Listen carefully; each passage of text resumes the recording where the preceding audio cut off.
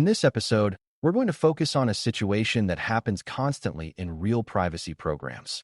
You discover a gap between what should be happening and what is actually happening, and now you have to work with people across the organization to close that gap without breaking the business. A privacy compliance gap is any mismatch between obligations, policies, or commitments in the organization's current behavior, controls, or documentation. A risk response is the choice the organization makes after it understands a gap, such as fixing it quickly, reducing the scope, adding safeguards, accepting the risk for a time, or changing plans entirely. For brand new learners, the key is understanding that finding a gap is not the hard part. Resolving it is, because gaps usually exist for reasons like unclear ownership, conflicting priorities, technical constraints, or misunderstandings.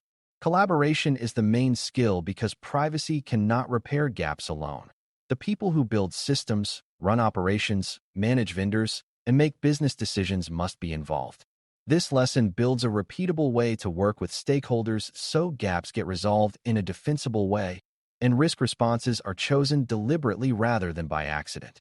The first step is being able to describe a gap clearly, because vague statements like "we are not compliant" create defensiveness and confusion.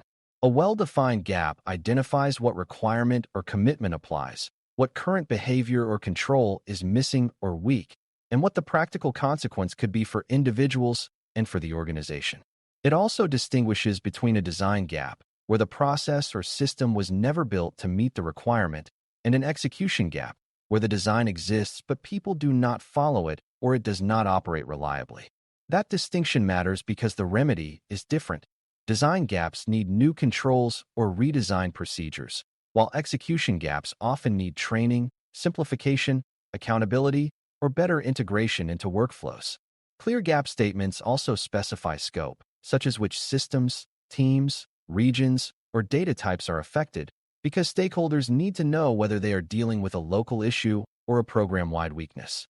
When you frame the gap with clarity, you reduce argument over whether a gap exists and move the conversation toward how to respond. That shift is essential for collaboration because it turns conflict into problem solving.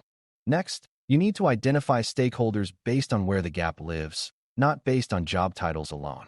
A stakeholder is anyone who can change the behavior, system, or decision that created the gap, or anyone who will feel the consequences of fixing it. For example, if the gap involves retention, stakeholders may include the data owner who defines purpose, the engineering team that can implement deletion, the operations team that runs data pipelines, and the compliance team that tracks obligations.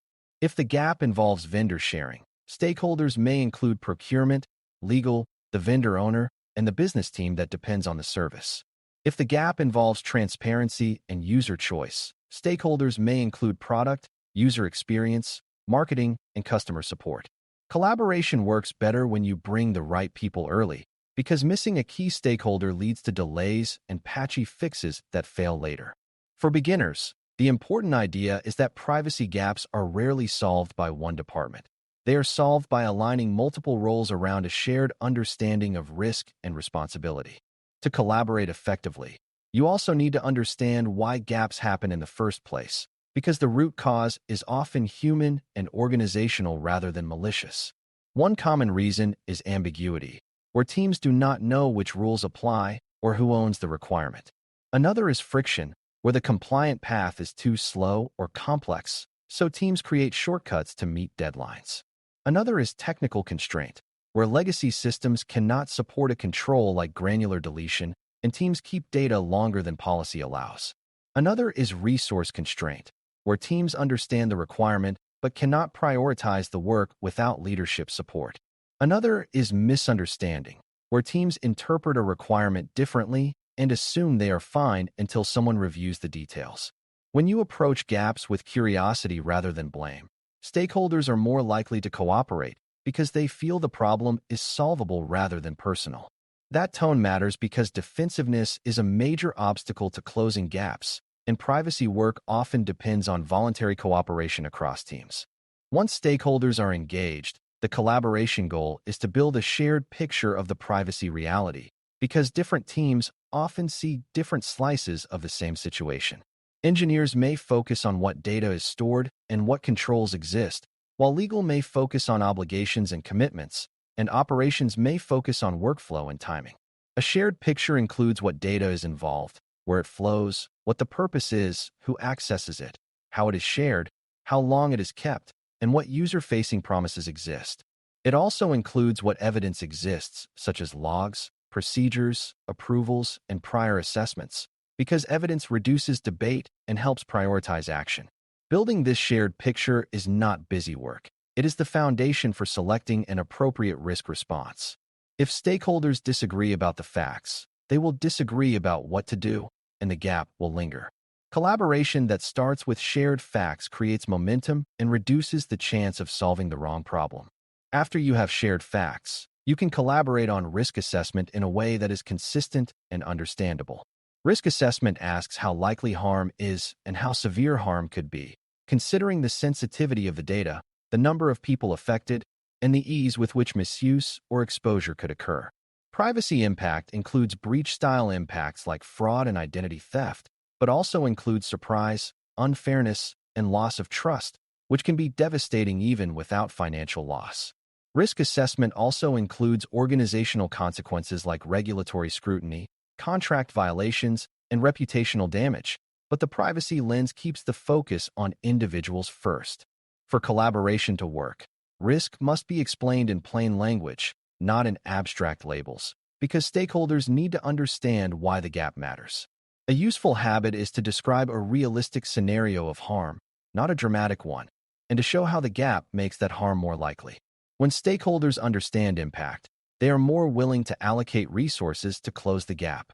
Now you move into selecting a risk response, and this is where collaboration becomes decision-making rather than analysis. Common risk response types include remediation, which closes the gap by changing controls or procedures, and mitigation, which reduces risk while a full fix is developed. Another response is avoidance, where the organization stops doing the risky activity or changes scope to remove the risk. Another response is transfer, where risk is shifted through contracts or insurance, though privacy risk transfer is limited because accountability cannot be fully outsourced. Another response is acceptance, where leadership decides the risk is tolerable for a defined period with defined conditions. For beginners, the key is that acceptance should not be accidental. It should be explicit, documented, time-bound, and paired with monitoring. Collaboration ensures these responses are chosen deliberately, with the right people accountable, rather than being the result of inertia. A mature privacy program can explain not only what it did, but why it chose that response and what evidence supported the decision. When remediation is selected, collaboration focuses on designing a fix that is both effective and feasible. Effective means the fix actually addresses the gap, not just its symptoms, and feasible means the fix fits technical and operational reality, so teams will follow it. Fix design often includes both technical controls and operational controls, because many privacy gaps have both a system component and a people component. For example, if data is retained too long, the fix might include implementing deletion logic and also updating ownership procedures so retention periods are defined at dataset creation. If rights requests are mishandled, the fix might include improving intake workflows and also training support staff with clear scripts and escalation paths. Collaboration here requires trade-off thinking, because the perfect fix may not be possible immediately, but a partial mitigation can reduce harm while the longer-term work is planned. The privacy professional's role is to keep the fix aligned with the requirement and with data subject expectations, while respecting constraints honestly. That balance builds trust among stakeholders and prevents promises that cannot be kept. Monitoring and follow-through are essential because a gap is not resolved when a plan is written. It is resolved when evidence shows the fix is operating. Collaboration, therefore, includes defining what success looks like and what proof will demonstrate it. Proof might include records of completed changes, logs showing access behavior changed, reports showing retention decreased, or outcomes showing requests are handled consistently within expected timelines. It also includes defining owners for ongoing maintenance, because fixes can decay if ownership is unclear. Another important collaboration practice is scheduling reassessment triggers, such as when a new feature is added or a vendor changes, because gaps often reappear when the environment shifts. For beginners, it helps to see monitoring as the way the organization keeps its promises to itself and to individuals. Without monitoring, a closed gap can quietly reopen, and the program loses credibility. Finally, collaboration to resolve gaps must include communication, because unresolved or partially resolved gaps often affect multiple teams and sometimes affect external messaging. Internal communication ensures teams understand new procedures and do not revert to old habits.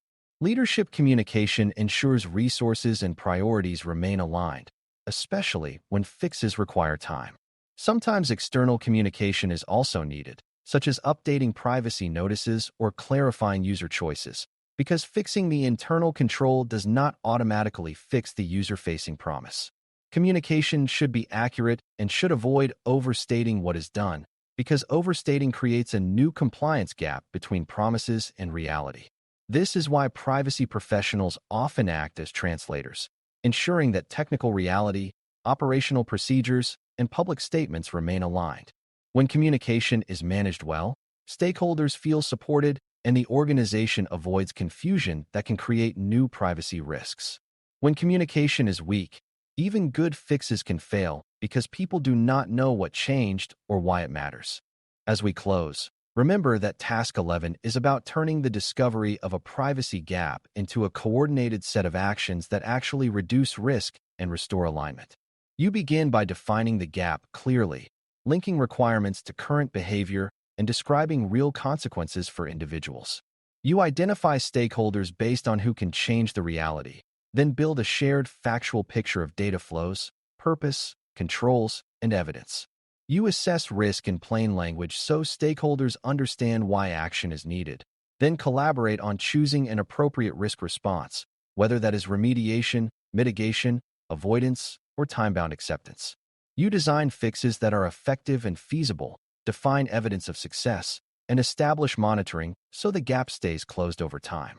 Collaboration is the core because privacy is a program-wide responsibility, and gaps are rarely solved by one team alone. When you can do this well, you help the organization make privacy decisions that are defensible, consistent, and respectful to the people behind the data. Thanks for listening. For more audio courses, daily newsletters, and more, please visit baremetalcyber.com.